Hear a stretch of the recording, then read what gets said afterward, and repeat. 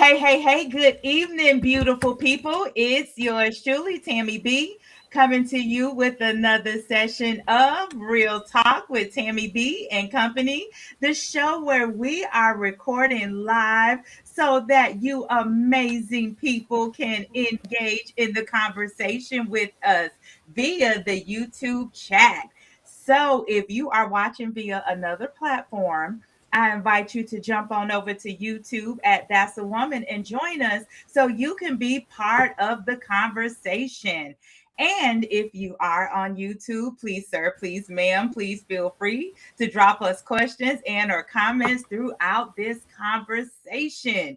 And before we get started, I do want to ask if you are not part of our community, please join us as we are here weekly at 7:30 p.m. Eastern with new content. And if you like our conversation, please support us by dropping a comment or clicking the like button and or sharing it. And as always, I am extremely grateful to have you amazing people with us, along with my peeps, my man, Mr. Shelly Sims, who is our resident realtor. Hey, Shelly.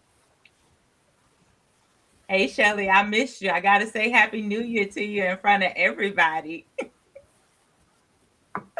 Oh, welcome. And then this evening, I just want to just introduce Dr. Teresa Vance. I want to say greetings, Queen. Hello, Dr. Vance.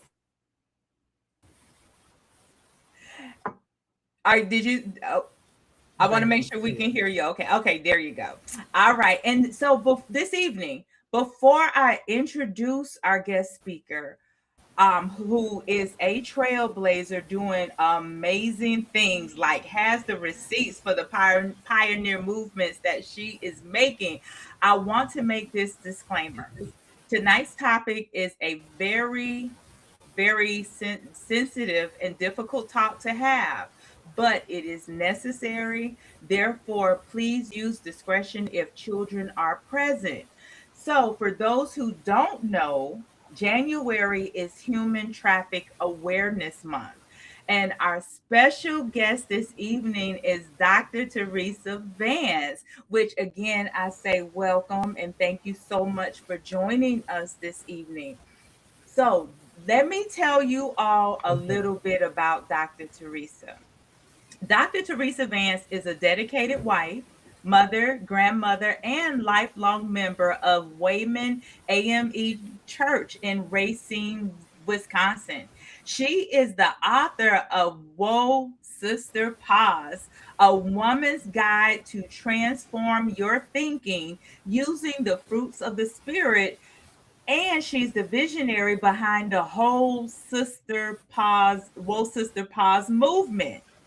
Dr. Vance founded Vance Family Services. She serves as a consultant. She chairs Good Life Christian University and sits on the board of the Georgia Aviary. As a counselor, therapist, mentor, life coach, and speaker, she is known for blending psychology, faith, and purpose, reaching diverse audiences through workshops and community initiatives. Dr. Vance holds an AA in organizational business management, a BA in health and human services, two MAs, and a doctorate in psychology. And she is active in professional and faith-based organizations, including the American Psychological Association and Golden Key International Honor Society. Beyond her career, Dr. Vance is passionate about music, dance, family, and service, devoted to spreading love, hope, and purposeful living through faith. Welcome again, Dr. Teresa. How are you Thank this you. evening, Thank you. Queen? Thank Thank you. you Thank so you. much. I am blessed and for the record, I have to stand up and bow to my brother for being here and bow to my sister for having me. But I gotta get my crown and put it on. Get your crown, Queen. Get your crown. love it. I love it.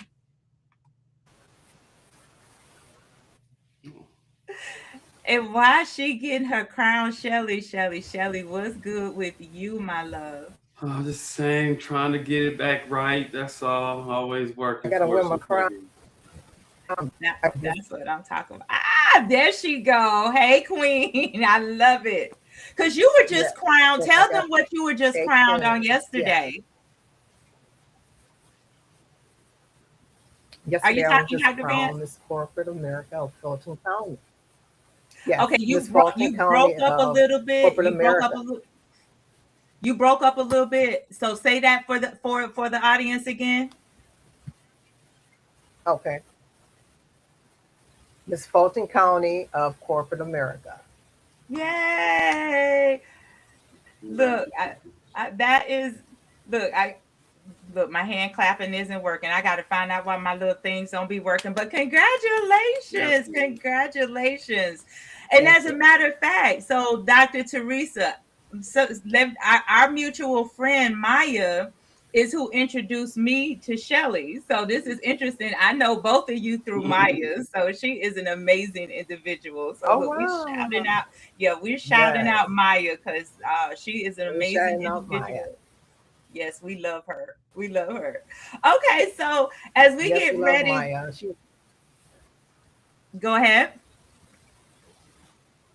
I said we shouting out Maya. She was with me at the Capitol on the other day. Oh wow, nice. I told her the next time she needs to let me know because I would definitely go be a part of that because I saw the Okay. pictures and they were awesome. Yes. They were awesome. All right. So before we jump into our talk, especially with the depthness of this talk, I'm going to lighten it up a little bit with our little quirky, little fun facts for today. So, for those who don't know, today was actually national. The food for today was National Hot Pastrami Sandwich Day. To which that does not entice me, but they made a day behind it. And though, now this is a good little fun fact for today. Today was National Take the Stairs Day, which is an annual observation promoted by the American Lung Association, encouraging people to skip the elevator for stairs to boost fitness, improve lung health, and save energy, often tying into the New Year's fitness goal and supporting lung disease awareness. So that was the little fun. Those are the little fun facts for today. And also, I want to acknowledge the passing or transition of T.K. Carter. Mhm. Um, our condolences to his family. He, for those who don't know him, he played in The Thing, and he was also on the show Punky Brewster. So I think that was like a what 80s show? Was it 80s or 90s? So everybody might not be familiar with that one. So we rest in peace to him. All right. And so our mental health tip for today, guys, this is to help us. Last week we talked about the law of action. So let's give us a little vision to put something in, to put some work in, some put some action behind the vision. So the mental health tip for today, write down 3 specific self-care goals for the month and post them where you will see them. That will encourage you to take action because vision, make it plain, see it, and then you put it in motion. And we had a really good talk on that last week, the law of action. So if you missed it, go back and take a look at that. All right, our thought provoking question for today, our icebreaker question. And now to the viewers, if you're in position to drop it in the chat, your answer to the chat in the chat. What is the most important thing humanity needs to figure out? What is the most important thing humanity need to figure out? Which one of you want to jump in and answer that question for me? Always ladies first. If you need a minute, I'll go. Because you need some more time to think about that question. I got you thinking. That's Mine would be do unto others as you would have them to do unto you.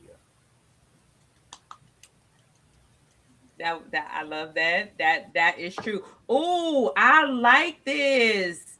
The chat platform visuals, yes, figure themselves out. Mm. And I can do a whole talk on that, because figuring themselves out, that they would really know when you're fearfully and wonderfully made in the image of God. God is with you, God is in you, and then you would really know how powerful you truly are. Thank you so much for that comment. Shelly, are you gonna answer, or do I have to go ahead and answer? No, I was ready then. I was gonna say I think humanity. I think we need to figure out how to level the playing field for everyone. That's what I Mm, think we need to figure out. that's good. It's a That's fair good. fight for everyone. Yeah. I love that. I love that. So if I my answer to that question is, for me, I think humanity needs to figure out how to really genuinely, unconditionally, authentically, I'm putting all these adjectives, spread love. I think they need to, everybody really, really needs to love themselves and love others.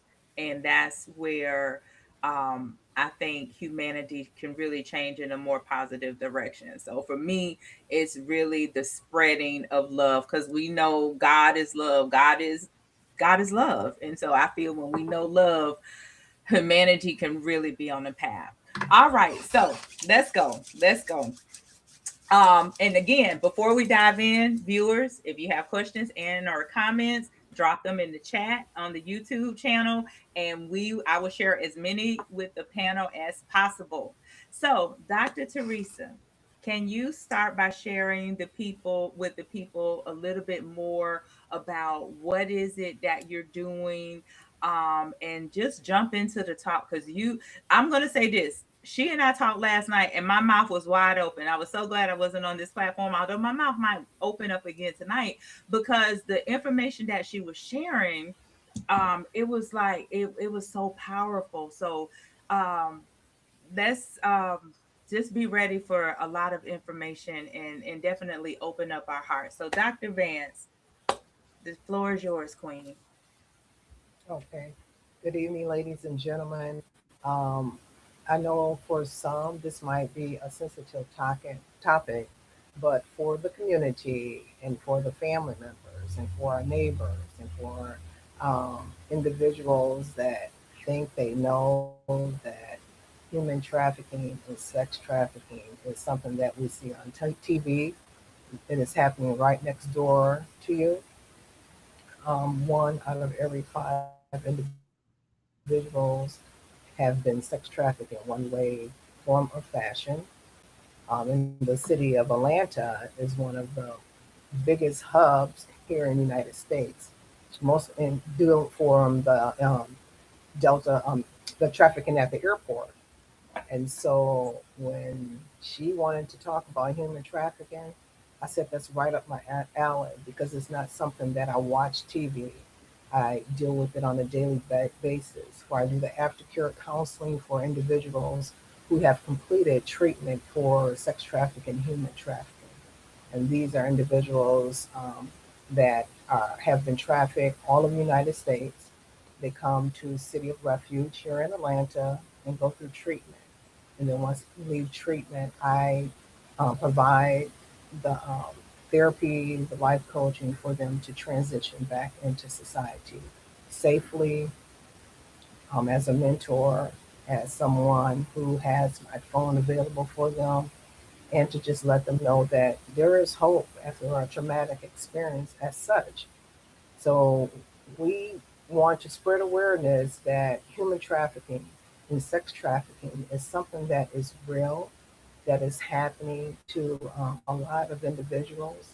And the person that is the trafficker take the individual by force and make them do sex acts, coercing them to do it without consent, drugging them to be like, um, like as their slave. Some of them do it for financial gain. Some of them do it for to just feel empowered. But the issue is real. The crisis is real. Because of this platform with corporate America, I'm able to go to the state capitol and stand and speak and advocate for the individuals who are sex trafficked and human trafficked, that we need funding to protect them. We need funding for them to get treatment. After the treatment, we need funding to house them because that's a barrier for them. I have individuals who have come from the treatment centers, but yet they have jobs and can't provide 3 times the rent that they require here, and they're sleeping in their cars. And so we need to advocate for them that this is a serious matter. We need more sisters and brothers to stand behind them, to speak up for them, to let them know that we support them. The community is there for them. Some of them are ready to share their stories. So when I wrote the book, Woe Sister Pause, um, a woman's guide to transferring and thinking using the fruits of the Spirit, it was for the community leaders that you have to be filled with the Holy Spirit and the fruits of the Spirit to treat these women, to treat these men, because they won't get it the first time. They won't get it the second time. And so then I went a little bit further. The Lord gave me the vision to provide the Woe Sister Pause movement, which is a platform where the individuals come and share their stories without judgment. And then individuals that are in the audience are professional women and men who have a pause moment, and then they came and shared that during a pause moment they made it through. They have businesses, they have ministries, and they're able to give back to the women. So anybody who's willing to be a part of Wolf Sister Pause, you can go to the website, send me an email, send me a text. But we need sisters and brothers to stand up and take charge of our sisters and brothers who have been traumatically affected by this crisis here in the city of Atlanta and beyond, of human trafficking and sex trafficking. And people don't understand there's a difference. Human trafficking is one that they come and take your identity, and once they take their identity, you become a slave to them. They have caused you to do whatever they want to. It don't have anything to do with a sexual favor. Just becoming a slave in their household. And some of the stories that they share is that the police are part of it, business owners are a part of it, and it is a serious matter. Um, then the sex trafficking is one where they will drug you and make you do sexual acts for financial gain, for power and control. But the issue is real, the situation is real, and we need to spread awareness that it is happening. My family members might be affected. A lot of people are ashamed to share, but the sisters that I treat, they have become healed and they're ready to stand up and share their story. So I share with my sister Tammy. This is a platform where they can come and share how the Lord healed them, delivered them, and set them free. And so they're willing to stand up, share, and move on.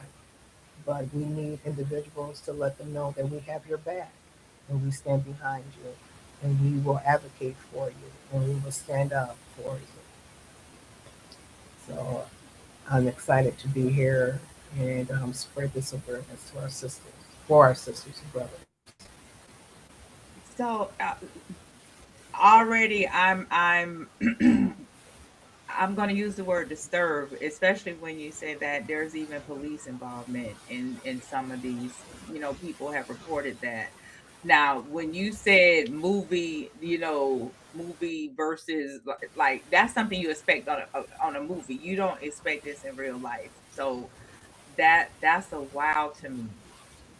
And I know you were I know yesterday when we were talking, I know, like, I don't know about other states, but I know in Georgia like one of the symbols that they do. Like, okay, let me say this. When I got ready to get my personalized tag, and they now make you, make you justify why you want this particular vanity tag. And I was Right. told that's because human traffickers have codes that they put on your on the tags. And have you heard Right. that? Right. Yes. Yes. To identify their property, they will tag you. They'll tag your car. When you're traveling, you are forced to wear the same type of clothing as the other individual. Um, so it's a business.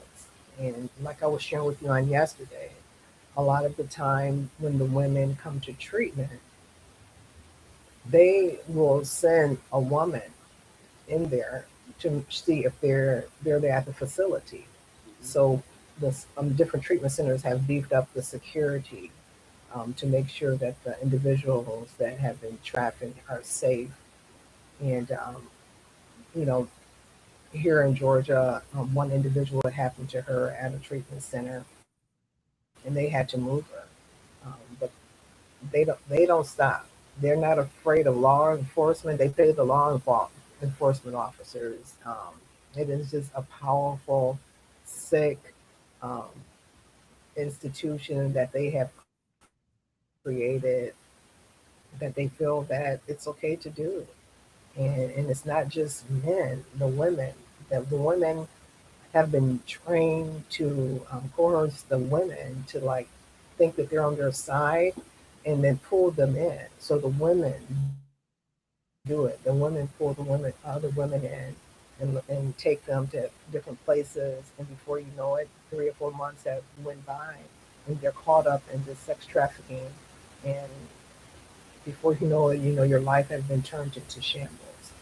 But as I was speaking on yesterday, one of the young ladies who went to Mary Hall Freedom Village, she was caught up in the sex sting here in Atlanta, Georgia. She was the first one to come forward and let them know that it was happening at one of the hotels here in downtown Atlanta. And so she was able to escape after 3 or 4 months, and it was just a matter of her asking some guy at the bus stop where could she buy some drugs from. And from there, she said she woke up, it was 4 months later. And then she contacted the police.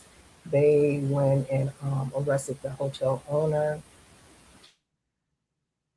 She went into the civil lawsuit. She won the lawsuit, but it was so traumatic for her that once she got the lawsuit money, she went back to her comfort zone of using drugs because that's all she knew, and she passed away.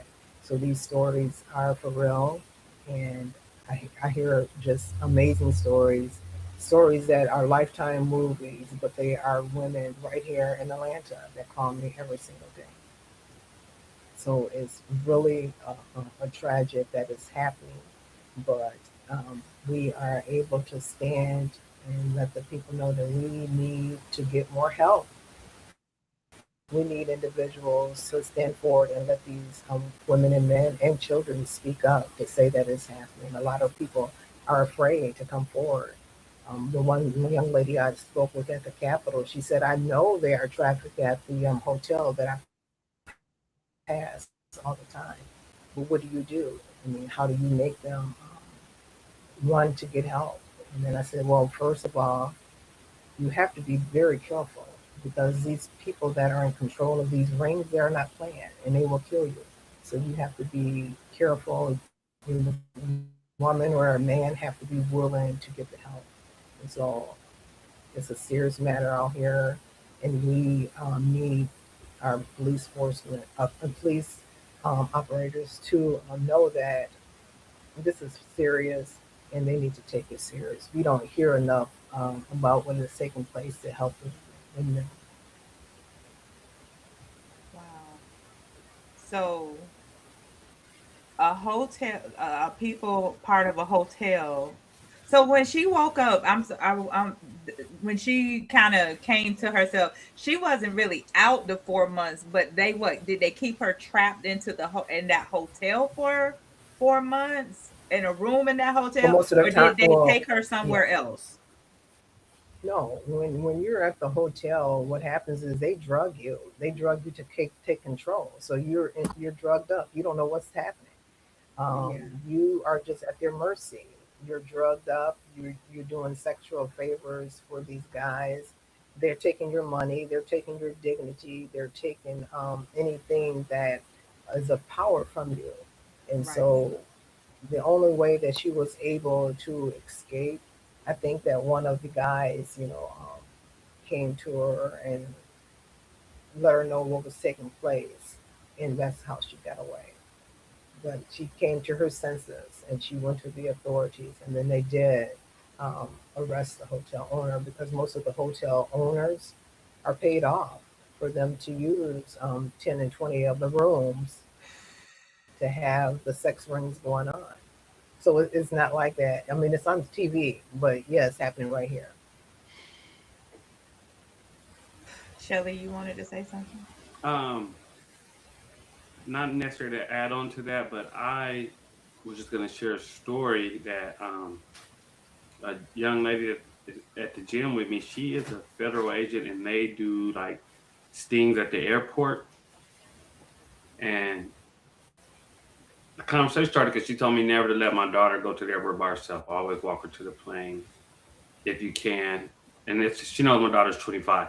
She's like, never ever do that. And the conversation led to a story that she's a federal agent and what she does, she's my age. I'm an older lady, and she looks her age, but she just sits at the airport all day and wait for men to come try to traffic her.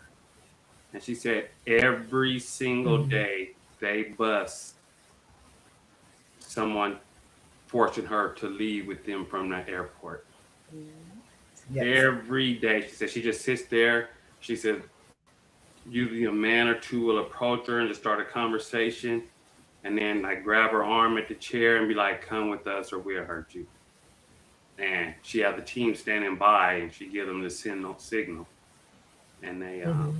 bust her, bust her. And it was scary. And at first, I was like, "She, that's crazy." But I'm like, my daughter knows what she's doing. I don't gotta walk her. She's a grown woman. And she said, let me tell you, she said she was in the gym that day because she said she had a forced 2 weeks off because she was there. And she's a smaller, like she's probably about 5 feet, 119 pounds, little petite Caucasian lady. And she said the man grabbed her and was like, "Come with me." And she had signaled for her team. And for whatever reason, her team wasn't paying attention to her. So she fought the man. She said the man stood up, grabbed her by her neck, and pushed her to the wall at the Terminal B in front of everyone. And was like, "We're not playing." Held her off her feet by her neck. Was like, "Come with me." And she said, as soon as she recalls, her team had rushed in, but her team was on suspension for not paying attention to her. But she had a concussion. He slammed her on the wall in front of everyone. She said no one ever jumps up and is like, "Hey, what are you doing?" And this is in the terminal at Hmm. loading gate 1B or wherever she sits in the airport. And this here in Atlanta. And Yeah. every day she says they bust someone forcing her to leave the airport with them. Wow. Every day, not every week. She says every day she sits Every there, day. at least one man or woman that sit there and be like, start a regular conversation. And then I'm like, well, how do you know you're trafficked? Because any man could be like, let's leave, try to sweep you off your feet. She says, no, they will grab her or grab her leg tight and be like, come now, or we're going to do something to you. And majority Right. of women are so scared, they're too scared to panic and be like, help, even in the airport. She said, Right. they get people every day out of Hartfield, Jackson. The Yes. sex traffickers successfully get someone every day, and she successfully busts someone every day. Yes. Platforms visual, I'm with you. I didn't know it was that deep either. Oh my god. Like, because I guess in my mind I am really sitting here trying to process a crowded airport and someone sees someone attacking a person like that and no one tries to jump in, that shows how desensitized. And that made me think, because there's That's been it. one or two times in my lifetime I've been at the airport and seen a man or a woman get into it and was just like, oh, they having a domestic, and just watched. And after hearing the stories, I'm like, that could have been the sex trafficking. And Right. we thinking it's just a domestic and they walked off together. And like I said, what was scary, I'm thinking, yeah, this happens to young girls. This lady is, like I said, she's I'm over 50. She's well over 50. And to me, she looks well over 50. And she said it's not a kid thing. It's not a young person thing. She said they try to get her. And I'm gonna So say is it this first. because maybe you said she's petite and she's small, she's little, so maybe. Like she just said, every day someone gets got. But she looks she's healthy and fit, but she definitely looks 100% like a full grown adult. So, because I always was under the impression that as kids, or my daughter's 25, like young women. She's like, no, they come get me every day, and my team arrest them.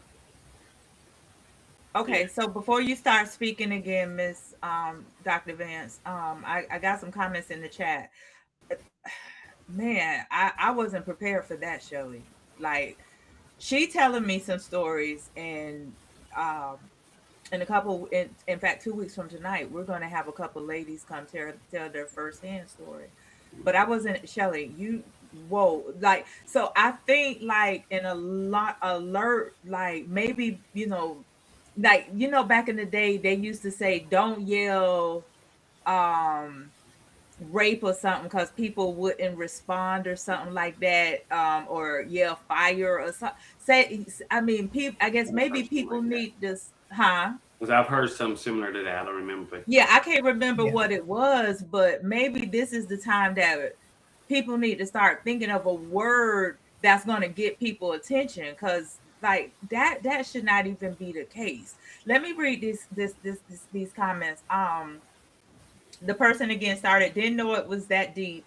Also, are these men slash women attending these hotels together?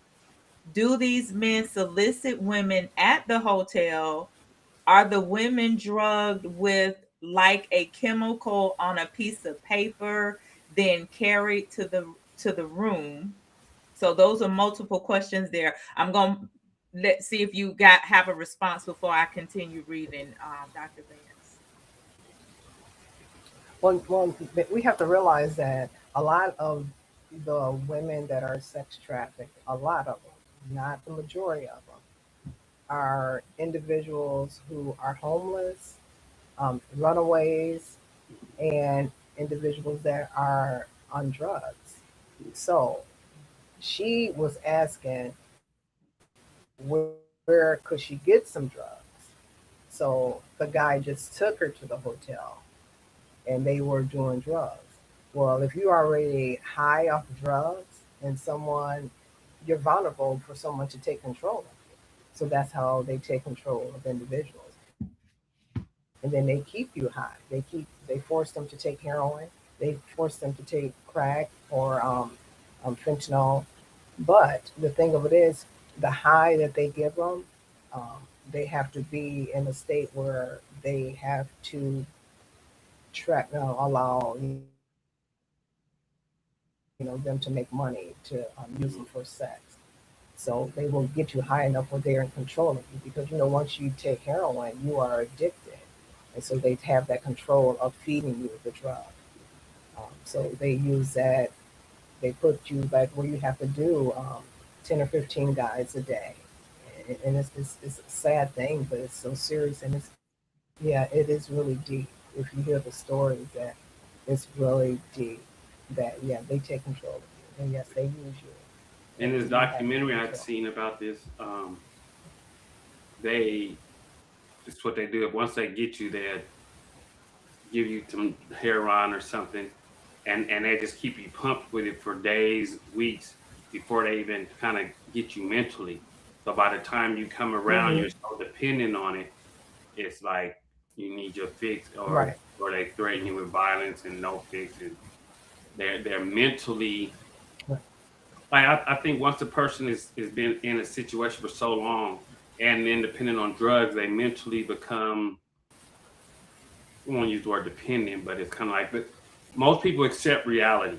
Like, I'm here, they won't let Yeah, me up. yeah, it I'm so becomes their good. reality. Yeah, I'm Yeah. out of it half the time, but I'm coherent enough to do what's asked of me, and then, like, they just accept this as their life. Hmm. They thought about escaping, there's nowhere to escape, and especially if you come from nowhere, they the women on there pretty much, they just accepted it, and they needed their drugs as much as they needed their freedom, but the drugs, of course, always win. And I know we've all, not all, but many of us have experienced that with family. The drugs always come first. Right. Yeah. So the next question, and this is a really good question as well. Men men are also trafficked, right? What are the odds and the statistics? How does that work? Well, it's 50-50. I know they speak mostly of women here in Atlanta, but in other countries, Mexico, I know, is one that's big, and it's 50-50. The men, they take the men too. They take the men, they drug them, they control them, and they use them for sexual acts to make money from them. They put them on drugs, and they make them prostitute, and they make them bring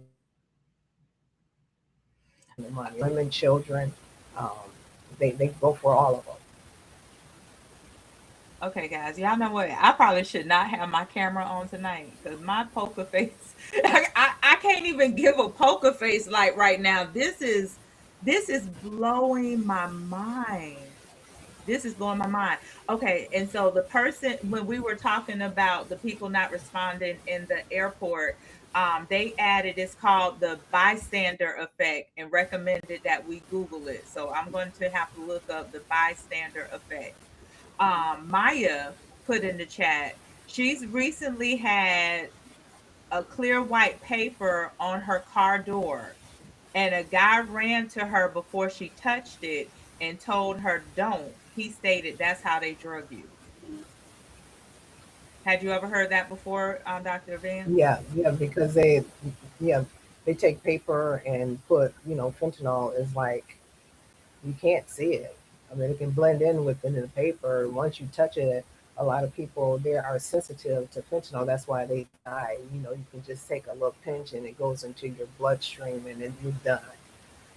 But yes, And that one drug fentanyl. on TV they put over your nose and you just pass out. What's that drug called? Y'all know what I'm talking about? I know Well, what you're talking about. I don't know yeah, the name of the Yeah, drug. but I've seen, as far as the white paper, a lot of them will put it on $1 and set it on your car, right at your car, and once you pick it up and get in your car, and it is natural. So if you touch your face or look too right. close at it, it'll pass you out. It'll black you Take you out. out. Hmm. Take you out. Yeah. Okay, so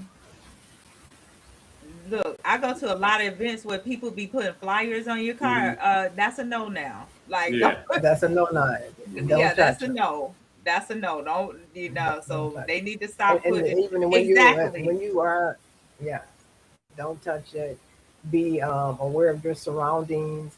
Be aware of where you go and you drinking. That's what I tell the ladies. Make sure, because one drop and you're done. So you have to be aware where you at. Make sure you go with someone. Never go alone by yourself. Make sure you know where you're going, what area you're going, because the human traffickers, they are lurking around every corner. They have a job to keep just like us. They're not sensitive to man, woman, boy, or child. So it's so important to be aware where your children are. Be aware of who your daughter is dealing with. Take the time to monitor those phones. The wreckage is when you're scrolling up them phones to see who the kids are talking to. These guys, predator, they look for the individuals who are up at 2 or 3 in the morning. Take them phones from the kids. Monitor who they be around with at school. Kids now, the high school kids. That's my first thing that I doing a workshop on the opioids is to make them aware. Stop trying stuff to fit in. These are drugs that will take control of you and put you in a place where you're lucky if you come out. You're lucky if you make it out alive. Yeah. And it's scary that this society have come to this, but yes, that's what it is. And it's no discrimination of color, so we can't say it's 50% black. No, it's no discrimination. It's whoever bite, we got you. Whoever Or fold, we age. got you. Or age. You got the babies too. Whew, okay. um. Oh. And the actor Anthony Garrett put in the chat. I think the drug is called chloroform. I think Yes. that's what it is. Mm-hmm. Thank you for that. Thank you. Yes, that is it. And as a yeah, and somebody followed up. Yeah, close call, not advised to touch flyers, etc. on the windshield with your bare hand, not even dollar bills on the ground. Yeah, this is where awareness is pivotal. Awareness is pivotal right now because um you know you, whew, y'all, I gotta get myself together because like I'm just like the rampant of the evilness that's taking place and the hate. I asked a question about humanity, and this is such a detriment to humanity. This is so far off. I feel, the plan where God wanted us to love one another and create a peaceful, harmonious environment. It's just like it's so far off the beaten path. And as a matter of fact, hearing, what I was reminded, I heard, and I think I shared this with you yesterday. There's this pastor that I listened to out in Texas, and he was sharing a message last year. And one of his messages, he was saying how there was a lady that he met at a conference that shared her story. She's an advocate. He never shared her name, and she was an advocate for human trafficking. And because she was on her way to college and a young lady came in and where she was in a store buying college supplies and stuff or something, and said she needed to feed her dog or something. I'm trying to remember the story the best way I can. It's been a while since I heard it. And she went round the building with the girl to help take care of her dog, and ended up in human trafficking for years. um and but the thing is, she kept having faith. She said she kept constantly believing and praying, even though it got dark. And that's what he was using the message for. He was saying how dark it had gotten. She still believed that she would get delivered, get free from that. And so happened, one of the guys, when she was happy with and performing the sexual acts, he started having health issues, and he told her to call the paramedics. Mm-hmm. He told her to call. So, and when she called, she was able to say, I am being sex trafficked. So when the police came, and they both, she went out with her hands up. Um and that's how she was free. So she's a big advocate of it. But again, I don't know her name because he never revealed that. But these stories are just like, I'm getting chills just like hearing these stories. Wow, these wow. So, Dr. Van, so what would be, or what are some of the most common misconceptions about human trafficking? What Well, would? some of them are like, oh, people, it won't happen to me. Um, I can protect myself. You are just caught up. Like Shelley said, you can be sitting anywhere and someone approach you. And the moment they approach you, you can have a general conversation at that moment. That's why you have to be careful who you have a conversation with. The moment they get you relaxed, then you just they're in control of you. Because just think, if she wasn't a federal agent, she would have been gone with the guy. So you have to be mindful who you conversate with, who you give your information to, because it's men and women that are out there doing it. The men and women, the women especially, they have the women to approach the other women because we are we're more like sensitive to a woman. Like our minds are not even thinking that she will do something that's cruel, that's to bring me into that. But it happens. It happened to one of my clients. They lured her in with a woman, and she said she thought she was dreaming that this was taking place to her.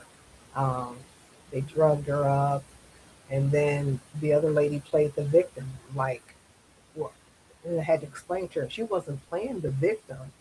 She was being victimized, but then they made her part of the ring to go get the other girls. So yeah, it's just a matter of being mindful where you are, who you're talking to, who you let in your space. Um, be careful. Everybody want to, be around these famous people, and the famous people, the ones that you better put your guards up to, because they're doing it too. We see that with Puff Daddy and R. Kelly and all them. So you have to be careful who you're around.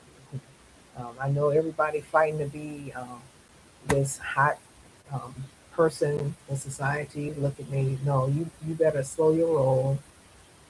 As the scripture says, we're not wrestling with flesh and blood right now, but principalities in high places. So these spirits are real. The spirit of addiction is real. The spirit of human trafficking and sex trafficking is real. And it's right next door to you. And don't get it twisted that it's happening in another state. No, it's right next door to you. And it could be happening to, a family member, a friend's child. So you be um, one to stand on your P's and Q's and ask questions. See how your daughters are acting. See how if a couple of the signs is when you're talking to them, are they looking away from you? Are they don't give you that eye contact? Are they acting fearful? Have they changed? Are they being like isolated? When you start seeing that, then you need to pull your child aside to ask some questions of what's going on. Yeah. And I was thinking about it, watching reels, and I always teach you all of them. A lot of women are getting snatched up the old-fashioned way in vans or a car parked next to you at the supermarket or Target, but it's because they're on their phone and they're not aware of their environment. So Right. I was watching it. The majority of the people were just, normal how we always do on our phone, or get to the car, sit at the car and do this, and they're getting snatched up from vans pulling up and taking the old-fashioned way. And drinks. That's one thing I stress to my daughter about is when you're out at them clubs, your drink. There's so many women, probably men too, that are victims because they leave their drink out, or they Mhm. talking and over here, and it's so many men and women, whoever, that they show up, put something in your drink when you're not looking. And you won't Mhm. even know it, and they escort you on out the club like you with them, and tipsy, and they're getting them like that. That drink at the bar, holding in your hand, looking over here, is Mhm. some big here. Now that is true. That's why like a lot of people cover their I drink. always drink with my. Take the drink to the bathroom with you wherever you go. Don't leave it at the bar and put your napkin over and think the bartender watching it for you. Mhm. Yeah, no, mm, wow. Yeah. Yeah. Dang, I had another I had another thought, but it has escaped me. Um, wow. Wow, this is deep. So, t well, you actually just kind of mentioned signs. So, if children are acting strange, now let me ask you this: if a child is acting strange, or if a person is intending to sex traffic them, wouldn't they have probably kidnapped them or something? Do Well, sex not traffickers necessarily. let them still stay? Like, how would that? What does that Well, I look like? mean, they could have been like approached. Sometimes the trafficker don't take you like at the first time they approach you. You know, Mm, they're sending individuals to warm up to you, to get you comfortable, to come to your friend's house, and then they show up there. You just have to be so careful where your children are, who they're around, who they're talking to. The phones are the most vulnerable things because they have access to the phones now, where they get into the kids' heads and they texting them late at night and asking them to do Yeah. certain things. So it's just really, really protect your children. Really, um, just be mindful. That's what I said. TikTok and Google have just become the babysitters of our children, where the yeah, parents leave them by themselves and with them phones and them laptops, and they don't even know who they're talking to. They Yeah. don't even know what they're dealing with because they off, doing their own thing and they think it's okay. But that's how our children are getting caught up, Meeting not people being online. watched. Yeah, Meeting people online, thinking it's another little yeah. girl or little boy you talking to, and You talking to a grown up. yeah, and he done talked you into meeting them at the corner store. Yeah, You know, yes, yes. yeah. I mean, because even I watch the news here, Channel 2, Atlanta News First, it's always some girls missing. And I said, I come from Wisconsin. I'm like, I've never seen so many people come up missing. Like these are teenagers.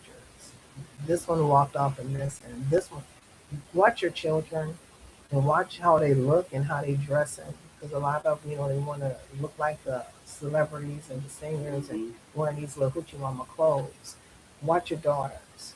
yeah. Who they And online chatting with?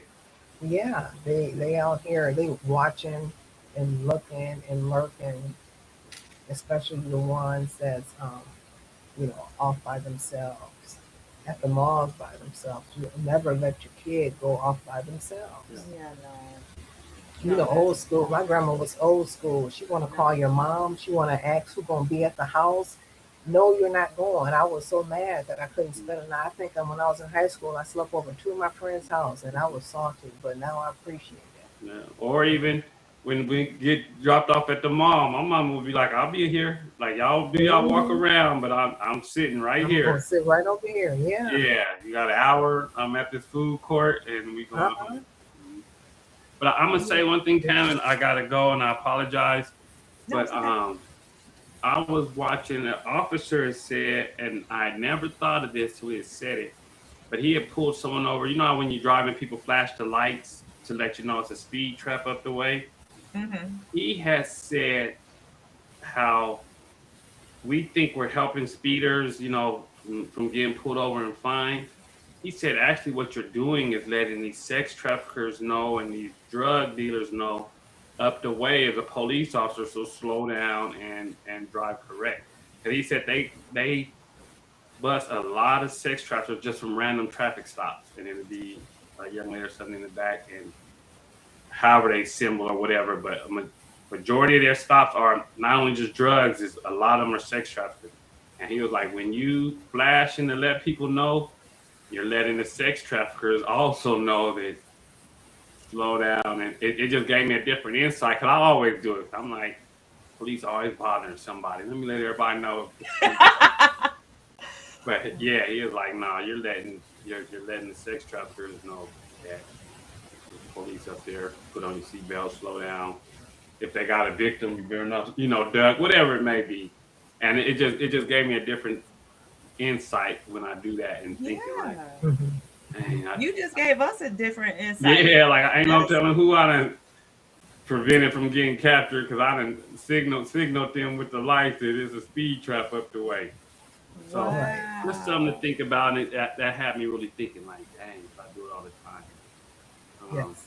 with that, I Yeah. want to say bye and thank you. Sorry I'm so short. Thank you. Pleasure, doctor, and I wish I was here to listen. I always listen to her on YouTube, so um, all that good stuff. Miss, appreciate you, Shirley. Always, and Love good night, you. Love everyone. you. All right. Thank Look, you. men's talk next week. Oh yeah, you know it's guaranteed. But yeah, Yeah, I already know you going and we got women coming on with y'all, so yeah, you yeah, we already did. know. All Okay, right, my all love. right. Talk to you soon. And you know what? And I should have said it before while he was on. He brought up a good point. Even with walking, it is so important for everybody to be aware of their surroundings. It's time to put the phones Mhm. down until you're in a Yes. safe place. Like you get in your car and lock your door, and you trying to put your GPS. That's good. That's different. But he's right. Like you can walk by the average person, and they're like this, Mm-mm. and that's a habit and a behavior that many need to change. So that was a really good Right. point there. Right. um okay, so let's shift the opioid. Talk to us about that, because I understand that you just got a grant in that, and you're doing some amazing work in that area too. So let's talk about that. What's on your heart where that is concerned. Um, the opioid crisis. Oh my God, that is uh, a crisis that taken our people, not just a little bit, but a lot of it. So I was able to partner with Dr. Angie. She is Miss Houston County over in America. She is in partner with the Rotary Club in Houston County. They received a $500,000 grant to spread and allocate it to different organizations to spread awareness of opioids. Well, she was one of them to receive the grant, but she said she didn't have, the information about opioids and she wasn't too much knowledgeable. Well, a couple years ago, I took the certification on chasing the dragon. That's what they call chasing opioids, chasing the dragon. And so I was certified to teach awareness about opioids, what to look for, and how lethal the drug is. So her and I have met with the president of the Rotary Club at Houston County. We are preparing a blueprint to be one of the first counties to spread awareness of the opioids to all the schools, to the Rotary clubs, to the community leaders. And then we were also going to allow the different items for access in the schools for protection, to bring them back if a tragedy happens. So this is a big crisis that we're having right now. We are looking to educate our parents. I have prepared a workbook for the parents of signs to look for in your children, Mm-hmm. um, letting them know that this is not marijuana from back in the 80s where you smoke and just cool out and chill. And got the One munchies. puff, yeah, one puff, and you're out of here. So the the choice of opioids is just a matter of life. You're playing Russian roulette with your life because it's no joke. Just one pinch will kill you. If you just touch it, like he was saying, touching the paper. The officer in New York, when they raided at the daycare, they had the fentanyl in there in the daycare. The babies just brushed the table, and three of the babies died just from touching the table and ingesting the fentanyl. That's how lethal it is. So we have to spread awareness that this drug will kill you. It is no joke. It is not like I'm gonna just bite a cookie and we put a little TCH oil in there and laugh and no, this will take your life. Rotary Club, and then we will do a blueprint for Houston County, and then we will take it to all the counties in the state of Georgia, with the Rotary Club leading the way.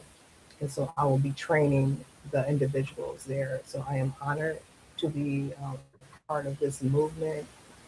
I treat the women who are addicted to opioids as well. And I have received calls from the children who are dear to me that my mom didn't make it. And so this is a crisis that we need to be aware of. If someone that you know are on these pills, let them know they need to get some help. These pills are killing our kids, killing our loved ones, and the families need to know the signs. So our job is to spread awareness that this is a deadly, deadly weapon on our hands, and we have to start in our communities of spreading awareness that this is no joke. And it was a big thing a couple years ago. They was talking about fentanyl everywhere, and then it died down. But now the more students are dying from it. So we're taking it to the high schools, and we are taking the approach to train the teachers to be aware of what the signs to look for. We are going to the bus company to make sure that they have the medication, that if an overdose occurs, the teacher's aide is trained there to give them what they need. Um, so we are on the battlefield again for the kingdom in our communities to take back our community from this crisis of opioids. And hopefully the state and local governments will provide more treatment facilities because a lot of people are addicted, and it started in the hospitals. The doctors writing these prescriptions for the people that they say they are in pain. They became addicted to the pills, and then when they cut them off at the pharmacy level, then they went to the streets. And now all the street drugs are laced with fentanyl, and it will kill you. Don't think that one day you're gonna go get you a piece of crack. It's laced. Every drug out there is laced with fentanyl, and it will kill you. So we're gonna spread awareness. So once we get our stuff together, I just sent the information out to the individuals on the team to review. So we'll get started. Hopefully the next month we'll get to the school, the superintendents, to let them know that the workshop is ready. But I do the workshop anyway through my nonprofit Vance Family Services, so I am available to come to any organization to present the opioid, chasing the dragon. And it is like 5 videos of individuals who were addicted to fentanyl and opioids, and they share their stories, and then we use tools and have all the information necessary for the families to be aware of what to look for when they are having addicted loved ones. Wow. And you see the billboards with like there's a big push for the get rid of leftover medication and stuff like Mm-hmm. that. And and it's so interesting, and not to pull the race into it, but I'm just gonna say what used to be said back, but I heard a while back. It was like the opioid didn't become a crisis until it crossed over into the to white America. Now I'm just only repeating what I heard. No, So don't shoot me. right. hmm Uh-uh. and that's bad, because at the end of the day it's bad for all, and especially when it's so potent that just touching it could Yeah, potentially cause harm. That's Ooh. yeah. It's very lethal, and then they can't even explain what's in the drug. See, that's what I So wanted to ask. I wanted to ask, what is fentanyl? You hear the word, but yeah, what exactly is it, fentanyl? it, it's a man-made product. They don't know what's in it because you putting all type of they put all type of chemicals in there. So it's a man-made product. They don't know what's in there. They don't know what your body can handle. So our bodies is not able to adapt to what it is. Like marijuana, we know it's THC and it comes from a plant. The fentanyl do not come from anything but whatever the person is putting in the chemical. And so thank God that they have the Narcan. So if someone overdose, only opioids will the Narcan work. It doesn't work for any other type of overdose. But if you are overdosing off opioids, the Mhm. Narcan, if you're there within the first 2 minutes, the Narcan will help put you in a withdrawal state. So you can, Interesting. so that is another thing that we are looking to put Narcan into schools. We're looking to put Narcan on the buses and in the athletic department. The bus assistants will be trained to use the Narcan, and we are pushing for them to be in the hotels. We are pushing for them to be in the Uber cars. So we're pushing, for a lot of things. But no, your question is correct. We don't know what's in there. The Wow. society don't know what's in there. Wow. And our brain, the people that is addicted to the fentanyl, your brain don't know, what it's what's happening to it, but they know it craves it. And yet, so it's baffling to everybody. What is this stuff? Everybody asks the question, what is it? They don't know what it is. They just know that it's some type of synthetic drug that will kill you, and you can Right. add Well, it. AI say it's for used for medically for severe pain. But yeah, you right. But let's see. It's estimated to be 50 times stronger than heroin and 100 times stronger than morphine. Yeah, That because whatever they're adding to it, we don't know what they're adding to it. That's deep. Yeah, That's deep. So yeah. let me ask you this question. So how do you think for people who get addicted to the opioids, like how do you think trauma and mental health issues and social factors can contribute to the addiction and as well as relapse? What talk about those factors that probably contribute to those, because I think in some cases, especially like when a doctor prescribe pain medication, I feel sometimes they're people with what they want to call addictive personalities get addicted a lot faster than a person Mhm. with a non-addictive personality. Yeah. Well, individuals suffering through trauma use the drug to suppress the trauma. So if we're not treating the trauma, then you will continue to use the drug. That's how individuals get addicted to the drug because they don't want to face the trauma. The best thing that I ever did was allow my daughter to come to Clark University, and I was able to feel trauma from 7-year-old because my mom was in addiction. And so she left us when I was 7. Mm.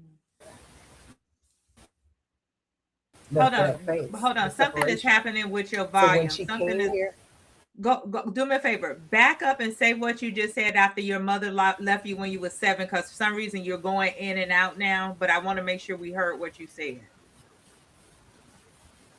Okay, say the repeat that part trauma again for from me. the okay, the trauma that I faced as a 7-year-old after my mom had left us with our grandparents, I suppressed the trauma.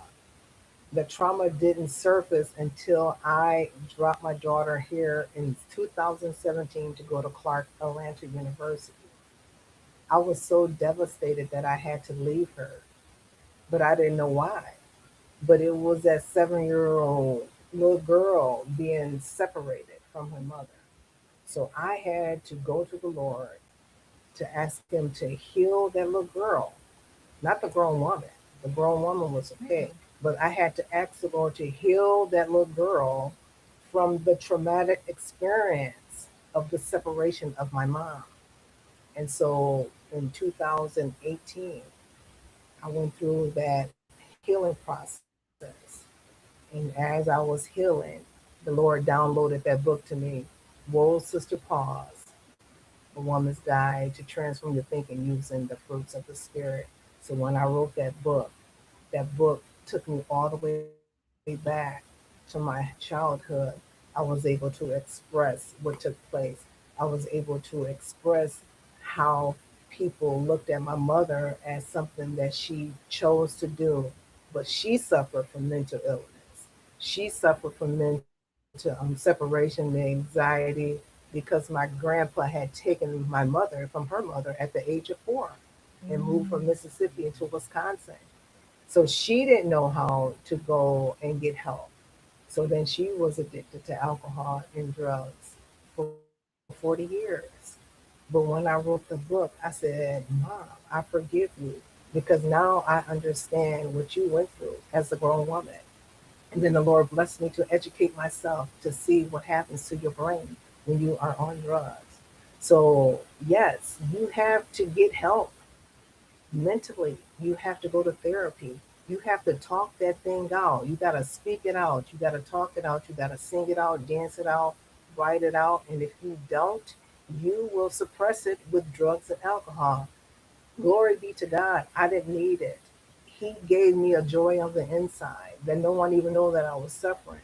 I was able to sing praises to his name from a child, but everybody is not chosen and given the gift. But if you don't get the mental health, you will use anything to suppress the pain. So I say, whoa, sisters and brothers, it's okay to say that I'm not okay. Go get the help that you need.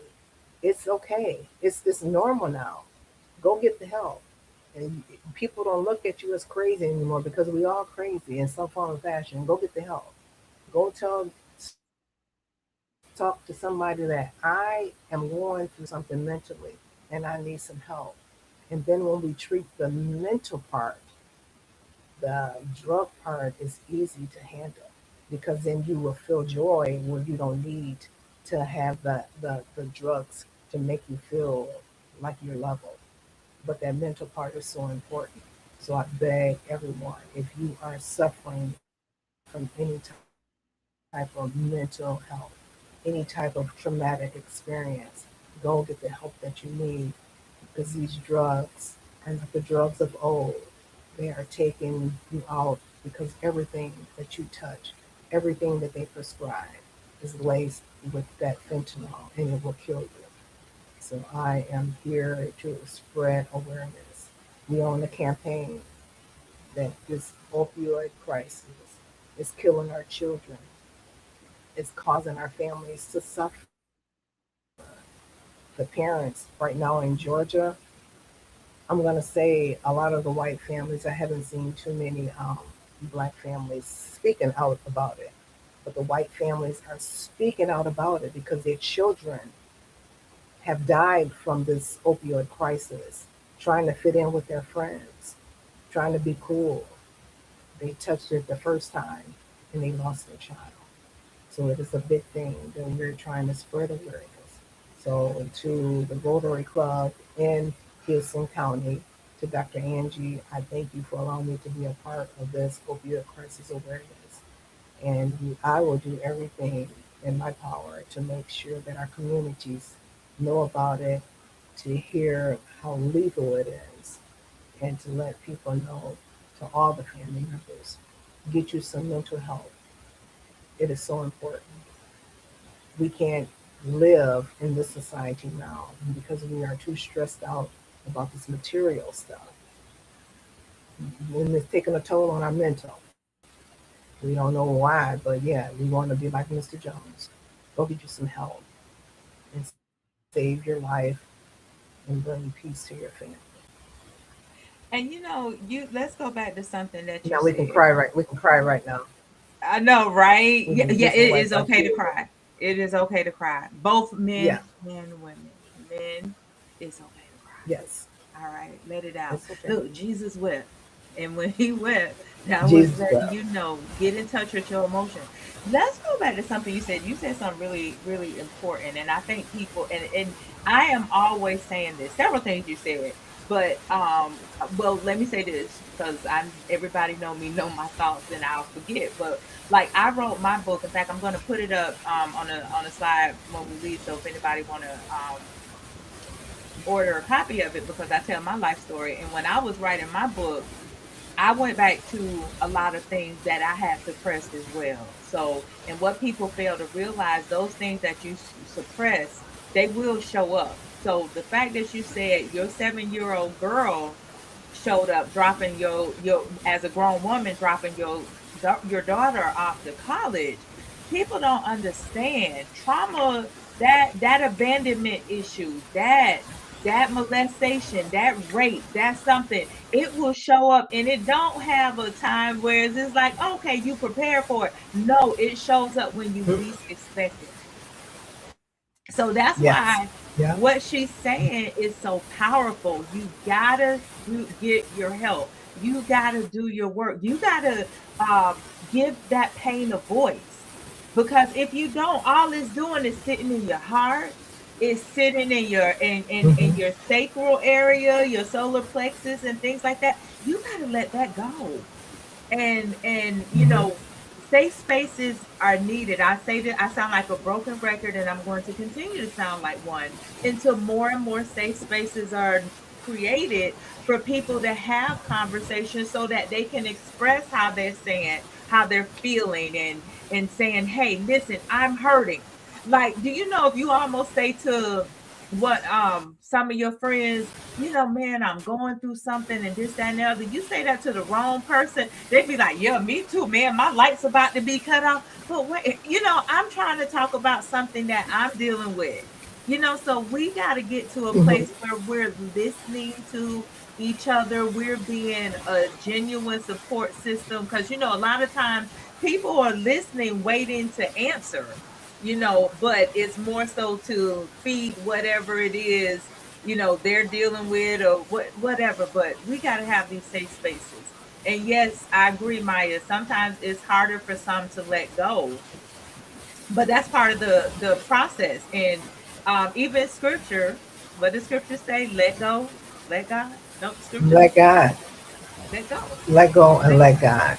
let go, let God. Let He go and even let goes God. on to say, you know, stand still. You ain't even got to fight in these battles. Man, Mm-mm. too often people are so busy fighting when God is saying, stand still. I got this. What did he tell Jehoshaphat? He said, you don't even need to go fight in this battle. Stand still and see the salvation of the Lord. What he told the children of Israel, he said, you know what? This is what you going to do. Just follow my instructions. You going to do something that seems outlandish. You just going to walk around a wall. You just going to walk. And you gonna walk, and then on the seventh day you gonna walk 7 times, and then you gonna shout. You not gonna get a sledgehammer. You not gonna get a bulldozer. You're just going to do what I tell you to do. And that's trusting, and that's believing, and that's letting go. That's saying, God, I trust you. And so far too often people are holding on to things that are really causing them a lot of pain, when God is saying, I'm here. But you want to keep that control. You want to keep that tight grip where your knuckles are white because you're holding on to it, when in actuality I'm saying, let it go. I can't even do nothing till you let it go, because you got such a tight hold on it. Dr. Teresa. I say, whoa, sister, pause, so God can heal you, And deliver you, brother, and and set you brother. free. Whoa, sister and brother, pause. Yeah, because this That is said, he supposed. said, be still and know that I am God. I will heal you and deliver you and set you free. Let your cross be your cross, and don't take up the cross of others, so that he can do his work and you can stay out the way. But I say, to God be the glory, because he is a healer and he is a deliverer, and he will set you free if you trust and believe. And that's what I tell the young lady that I serve. I know that the treatment centers tell you to go to the 12-step meetings, but I tell you the first step is to Jesus. You cannot do it without him. The 12 steps, you can go in there and sit, and you can go in there and sit. I know people have been in there for 20 and 30 years suffering because it's just that if they don't make it to that meeting, they will be closer to using again. But you missing the whole point, because the Lord said, if you trust me and you speak out to say, Lord, I need you more than ever to deliver me from this addiction of whatever it is. He will hear your cry, and he will relieve you from everything that is causing pain in your life. So I say to everybody, trust God, trust the process. But he put professionals in place to help you in time of need. Mental health is taking the nation by storm right now. Go get the help. I'm advocating for more funding for that, that they can have free mental health treatment for these individuals, because everybody is suffering. So I say to God be the glory for your podcast to bring awareness. I hope we have brought light to the awareness of the human trafficking and sex trafficking and the opioid crisis. I am honored to be a part of the kingdom, to stand on a firm foundation in Jesus Christ, and to speak his name while I treat these individuals. I'm not ashamed of the gospel of Christ. Everywhere I go, they say, no, they know I'm coming, singing praises and dancing for the Lord. So to God be the glory. Get the help that you need. Call me. I'm available at all times. I have my little rope on my phone. Everybody say, where you got that? Because I don't want to miss a call if I can help it. I want to be able to accept to find you housing, to give you treatment options, to know that somebody is here. Sometimes people just want to know that you care. Half of them don't even want anything. They just call my phone just to say, hey, Miss Teresa, but I want to be there for you. And so I just need sisters and brothers to join World Sister Cause, the movement, to be standing in agreements for these individuals who need a word of hope. Our conference is coming up September again this year, and anyone who want to be a part of it is welcome to. The Lord say that we are expanding this World Sister Cause. So a lot of individuals can share their stories, how the Lord healed them, delivered them, and set them free. And then he brought me to a place where I can lift my other sister and brother up and bring them to the cross. So to God be the glory for all the amazing things that he is doing in my life. And to you, Miss Tammy, blessings to you, to all the endeavors that you are trying to create right now. I'm available to assist. I'm a servant of the cross, and whatever I have, I love to pass along. So anybody can go to littlesistercross.com and learn more of me, join the movement, go to Amazon and purchase my book, or contact me. I'm on Facebook. Miss Corporate America, thank you, Dr. Mohair, for being the president of this amazing opportunity. People's like, what is it? Well, it's another opportunity to express how you have blessed your community with your ministry, with your business, spreading awareness of what's happening in the community, and not doing it for show, but doing it for the cause and for the kingdom of God. So to God be the glory for everything that He is Amen. Amen. Amen. Amen.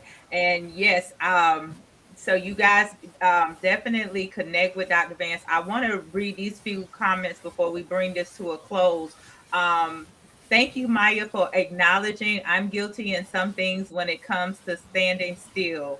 And that's okay. Look, like she said, it's okay not to be okay. It's okay, but the main thing is that it's being acknowledged, and that's the biggest thing. So that's the first step to recovery, which that took me to the thought that I had while you were speaking, Dr. Vance. So when you were talking about the people that's been in the programs for an extended period of time, something the spirit gave me like within the last week or so, it's like people get a lot of self-help books, they look at a lot of videos and things like that, and all that is good. At some point, what did we talk about last week? You got to take action. You can acquire all the information you want, but if you're not putting it in play, it's just knowledge, but it's not being used. So, when they say knowledge is power, I put applied knowledge is power. The knowledge is not of powerful until you do something with it. So, Right. definitely, apply the knowledge, obtain this information. And yes, actor Anthony Garrett, the biggest battle is your mind, where the tug of war is. Hmm. That's where the mental health work comes into play. And you have Dr. Vance. And guess what? I was going to talk about my mental health program. I am my coaching business is here. Go to www.tammib.com. Schedule a 15-minute consultation if you're serious about doing the work. Because my time is valuable, as is yours. So if you're seriously in need of a life coach, spiritual mentor, reach out to me. I would love to work with you one on one to help you move forward, because that's what happens. If people get stuck, and 2026, it's a year of movement and action. So there is no time to be stuck. So listen, let me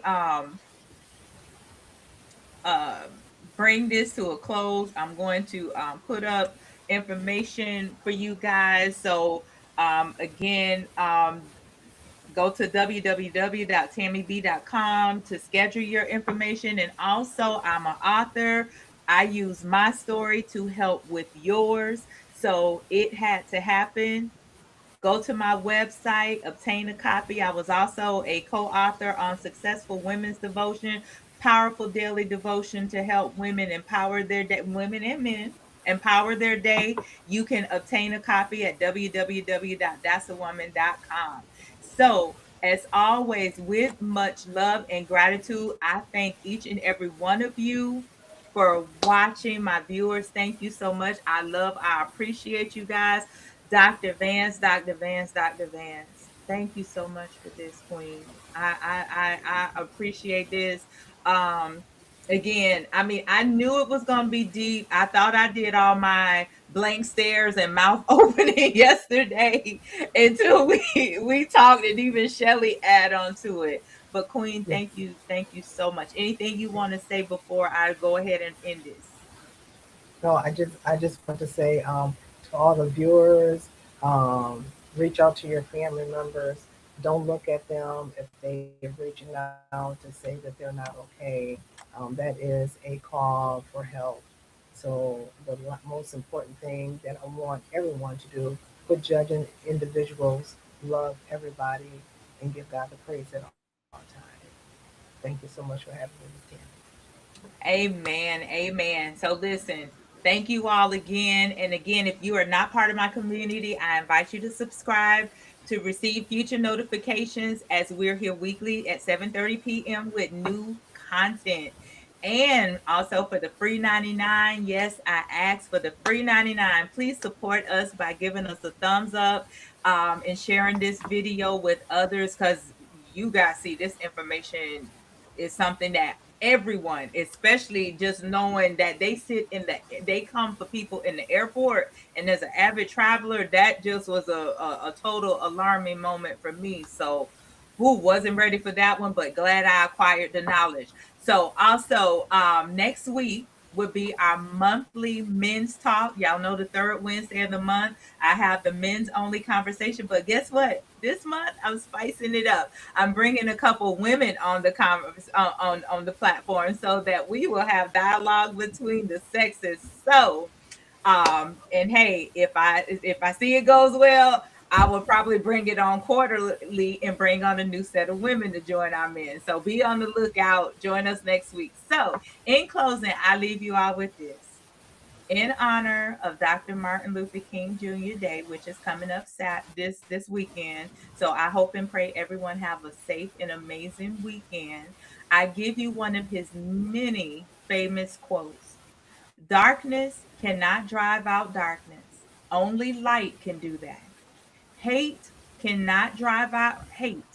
Only love can do that. I have decided to stick with love. Hate is too great of a burden. And so, even as we were talking about human trafficking tonight, that is a lot of hatred. So, let's send out more love into this world so that that love can cover that fault and hopefully penetrates the heart of these people that are caught up into this. So, listen, my words on that, let love always be your guiding force. Remember, God is love.